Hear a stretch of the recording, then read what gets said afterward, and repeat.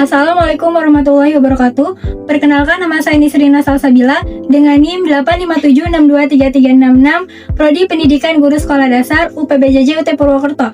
Di sini saya akan melakukan praktikum IPA di SD dengan judul Uji Karbohidrat dan Lemak pada Makanan. Alat dan bahan yang diperlukan pada praktikum ini yaitu 1. Alat tulis dan tabel pengamatan, 2. Nasi, 3. Tahu, 4. Pisang, 5. Kentang, 6. Singkong, 7. Jagung, 8. Ubi, 9. Lugol atau betadin, 10. Wadah atau piring, 11. Sendok. Tujuan praktikum ini yaitu 1. Dapat mengidentifikasi makanan yang mengandung karbohidrat. Yang kedua, dapat mengidentifikasi makanan yang mengandung lemak. Karbohidrat merupakan salah satu zat gizi yang sangat penting bagi tubuh karena berfungsi sebagai sumber energi utama dalam aktivitas sehari-hari. Untuk mengetahui kandungan amilum pada makanan, digunakan larutan Lugol sebagai indikator penguji. Pada praktikum ini, beberapa bahan makanan yang diuji antara lain nasi, tahu, pisang, kentang, singkong, jagung, dan ubi. Masing-masing bahan makanan ditetesi larutan Lugol, lalu diamati perubahan warnanya. Jika makanan mengandung amilum, maka warna makanan akan berubah menjadi biru kehitaman atau ungu tua. Sebaliknya, jika tidak mengandung amilum, maka tidak terjadi perubahan warna yang signifikan. Yang pertama, kita akan meletakkan nasi pada piring, lalu kita akan teteskan nasi ini dengan larutan Lugol 2-3 tetes. Yang kedua, kita akan ambil tahu, lalu kita teteskan tahu dengan menggunakan larutan Lugol 2-3 tetes. Selanjutnya kita ambil pisang, lalu kita letakkan pisang ini pada piring, lalu kita tetesi pisang menggunakan larutan Lugol 2-3 tetes. Selanjutnya kita ambil kentang, lalu kita letakkan kentang ini di dalam piring, lalu kita tetesi kentangnya dengan menggunakan larutan Lugol 2-3 tetes.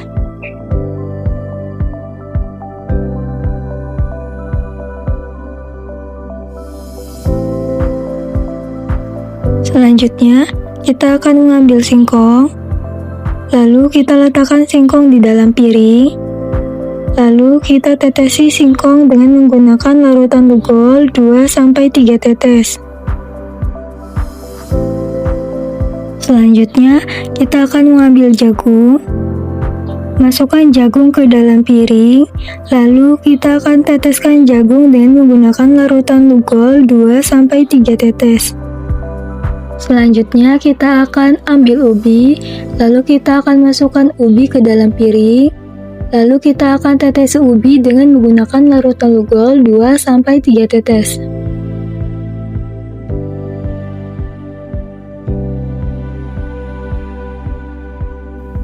Inilah reaksi dari makanan yang sudah ditetesi oleh larutan Lugol. Yang pertama ada nasi. Pada nasi terjadi perubahan warna menjadi ungu pekat atau biru kehitaman setelah ditetesi larutan Lugol, artinya nasi ini mengandung karbohidrat. Yang kedua ada tahu. Pada tahu tidak terjadi perubahan warna menjadi ungu pekat setelah ditetesi larutan Lugol, artinya tahu tidak mengandung karbohidrat. Yang ketiga ada pisang. Pada pisang terjadi perubahan warna menjadi ungu pekat setelah ditetesi larutan Lugol, artinya pisang mengandung karbohidrat. Yang keempat ada kentang. Pada kentang terjadi perubahan warna menjadi ungu pekat atau biru kehitaman setelah ditetesi larutan Lugol, artinya kentang mengandung karbohidrat. Yang kelima ada singkong. Pada singkong terjadi perubahan warna menjadi ungu pekat atau biru kehitaman setelah ditetesi larutan Lugol, artinya singkong mengandung karbohidrat. Keenam ada jagung. Pada jagung terjadi perubahan warna menjadi ungu pekat atau biru kehitaman setelah ditetesi larutan lugol, artinya jagung mengandung karbohidrat. Yang ketujuh ada ubi. Pada ubi terjadi perubahan warna menjadi ungu pekat setelah ditetesi larutan lugol, artinya ubi mengandung karbohidrat.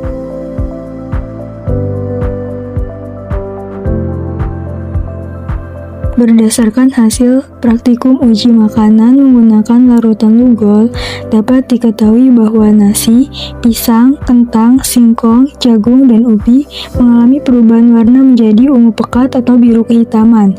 Hal tersebut menunjukkan bahwa bahan makanan tersebut mengandung amilum atau karbohidrat, sedangkan pada tahu tidak terjadi perubahan warna yang signifikan setelah ditetesi larutan lugol, sehingga tahu tidak menunjukkan adanya kandungan amilum dalam jumlah yang jelas.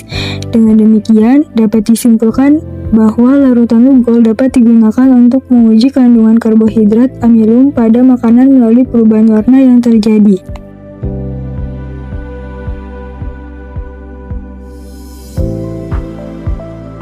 Alat dan bahan yang diperlukan pada praktikum uji lemak pada bahan makanan. Yang pertama ada alat tulis dan tabel pengamatan. Yang kedua, kertas sampul ukuran 10 x 10 cm 8 lembar. 3. Lampu senter 1 buah. 4. Sendok. Yang kelima, mangkuk. Yang keenam, gelas. Yang ketujuh, piring kecil. Yang kedelapan, air. Yang kesembilan, kemiri. Yang kesepuluh, wortel. Yang kesebelas, margarin. Yang ke-12 kentang, yang ke-13 minyak, yang ke-14 santan, dan yang ke-15 susu. Lemak merupakan salah satu zat gizi yang dibutuhkan tubuh sebagai sumber energi cadangan, pelindung organ tubuh, serta membantu penyerapan vitamin A, D, E, dan K. Lemak termasuk golongan lipid yang memiliki sifat tidak larut dalam air tetapi larut dalam pelarut organik.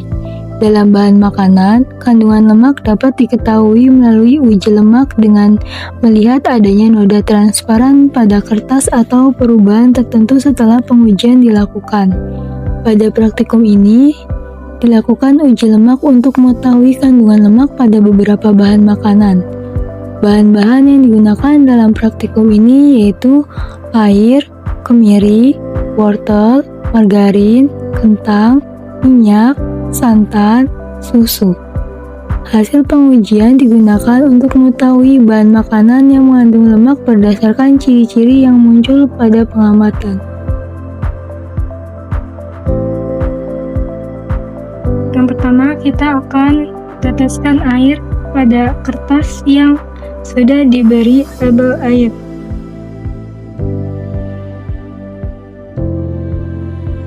Kita ratakan, lalu kita tunggu beberapa menit.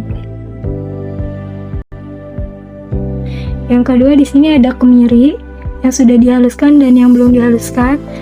Kita gunakan yang sudah dihaluskan, lalu kita gosok-gosokkan pada kertas.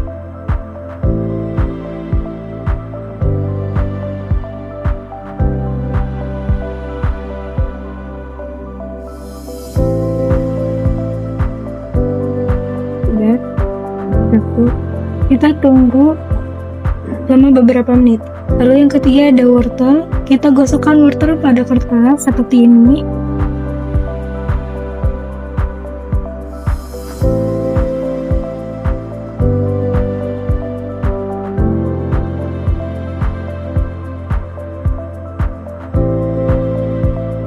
Cukup, lalu kita diamkan selama beberapa menit. Selanjutnya ada margarin. Oleskan margarin pada kertas dengan rata.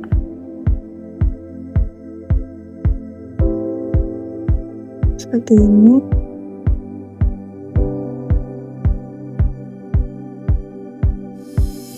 Kalau sudah, kita diamkan. Dan kita gosokkan pada kertas.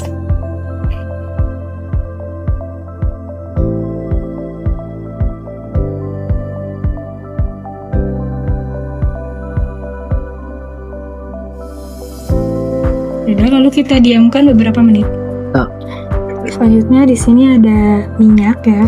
Kita teteskan minyak pada kertas. Lalu kita ratakan.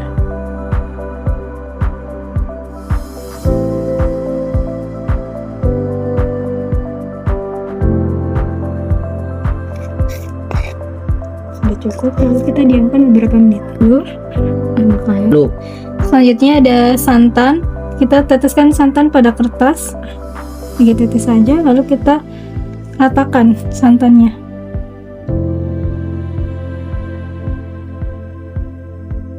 Seperti ini. Lalu kita diamkan selama beberapa menit. Selanjutnya di sini ada susu. Kita tuangkan susu pada kertas. Sudah cukup. Lalu kita ratakan.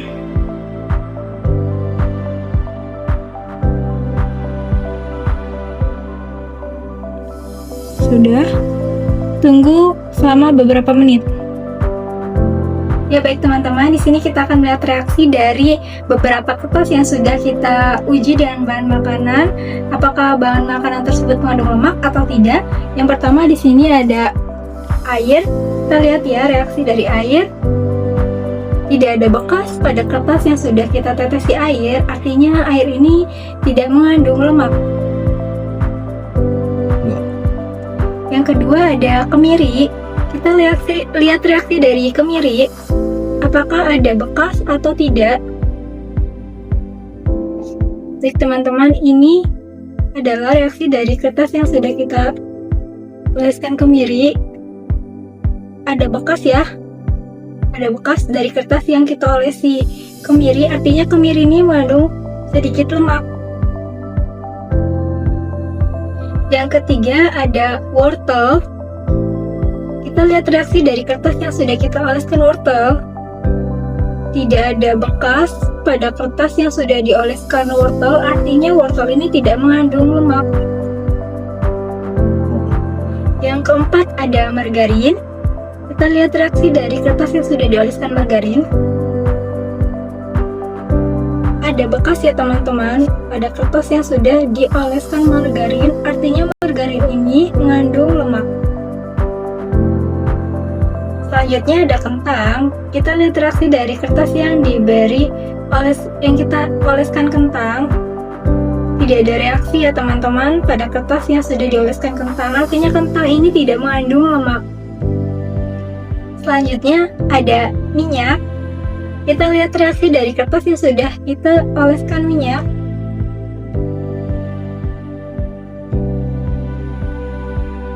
Ada bekas ya teman-teman, artinya minyak ini mengandung lemak.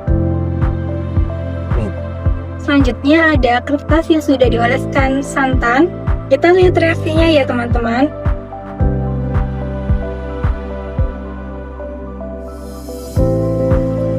Ada bekas pada kertas yang sudah dioleskan santan, artinya santan mengandung lemak. Selanjutnya ada susu. Kita lihat reaksi dari kertas yang sudah dioleskan susu. Ada bekas ya teman-teman pada kertas yang dioleskan susu, artinya susu mengandung lemak. Kesimpulannya, berdasarkan hasil praktikum uji lemak pada berbagai bahan makanan, dapat disimpulkan bahwa kandungan lemak dapat diketahui melalui terbentuknya noda transparan pada kertas uji. Bahan makanan seperti kemiri, margarin, minyak, santan, dan susu menunjukkan hasil positif mengandung lemak karena meninggalkan noda transparan yang sulit hilang. Hal ini menunjukkan bahwa bahan-bahan tersebut memiliki kandungan lipid yang cukup tinggi. Sementara itu, air, wortel, dan kentang tidak menunjukkan adanya noda transparan sehingga dinyatakan tidak mengandung lemak pada pengujian ini. Perbedaan hasil tersebut membuktikan bahwa tidak semua bahan makanan memiliki kandungan lemak yang sama. Dengan dilaksanakannya praktikum ini, dapat dipahami bahwa uji lemak dapat dilakukan melalui mengidentifikasi kandungan lemak dalam bahan makanan secara sederhana melalui pengamatan langsung terhadap hasil pengujian.